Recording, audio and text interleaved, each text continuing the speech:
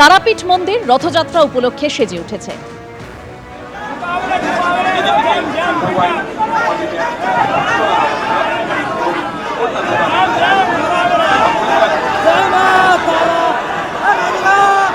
রথযাত্রা উপলক্ষে সেজে উঠেছে পুরীর জগন্নাথ মন্দির। শুক্লপক্ষের পুণ্যতিথিতে টান পড়বে রথের রশিতে।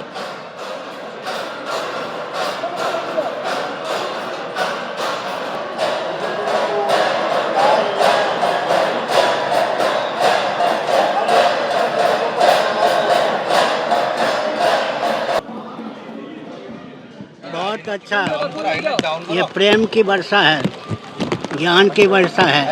भगवान जगन्नाथ आदि के चित्रपट की पूजा हो, मूर्ति न बने और मास तिथि पक्ष का ध्यान रखा जाए। हमारा परामर्श है कि अधिकार की सीमा में सब काम करें, अधिकार का अतिक्रमण करके नहीं। পুরীতে আজও দফায় দফায় বৃষ্টি, আর এই বৃষ্টির মধ্যে রথের রশিতে টান পড়ার অপেক্ষা। সরাসরি সেখান থেকে আমাদের প্রতিনিধি অর্ণব মুখোপাধ্যায় রয়েছেন। অর্ণব,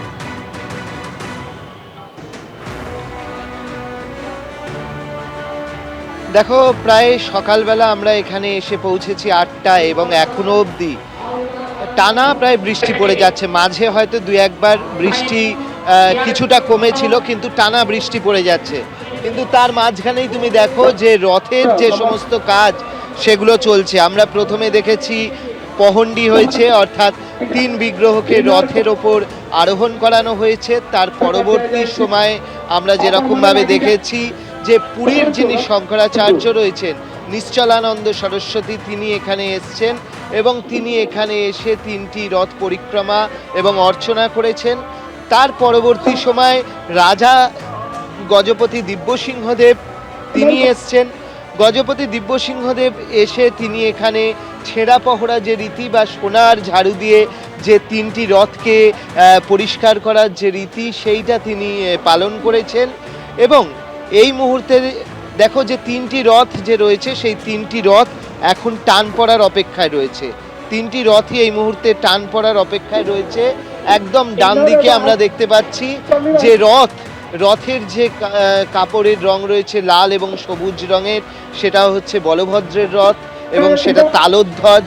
তারপরে রয়েছে লাল এবং কালো রঙের যে রথটি রয়েছে কাপড় দেওয়া, সেটি হচ্ছে দর্পদলন বা সেটি হচ্ছে সুভদ্রা দেবীর রথ।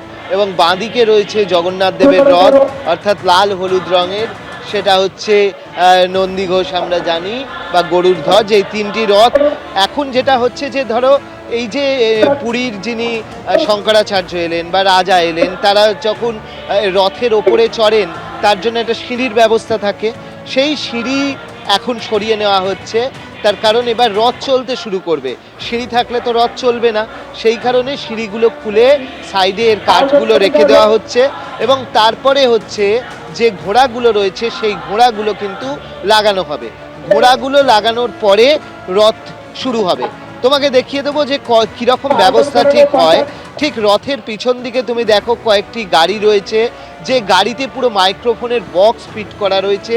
3টি রথের জন্য 3টি এই ধরনের গাড়ি, যেখান থেকে নির্দেশ দেওয়া হবে এবং সেই অনুযায়ী রথে টান পড়বে, যাতে সুষ্ঠুভাবে রথ 3টি গুন্ডিচার দিকে এগিয়ে যেতে পারে। অর্থাৎ আর কিছুক্ষণের অপেক্ষা, তারপরে রথের রশিতে টান পড়বে। প্রচুর ভক্ত সমাগম পুরীতে আজ, একেবারে সাজো সাজো রব। এবিপি আনন্দ, এগিয়ে থাকে, এগিয়ে রাখে।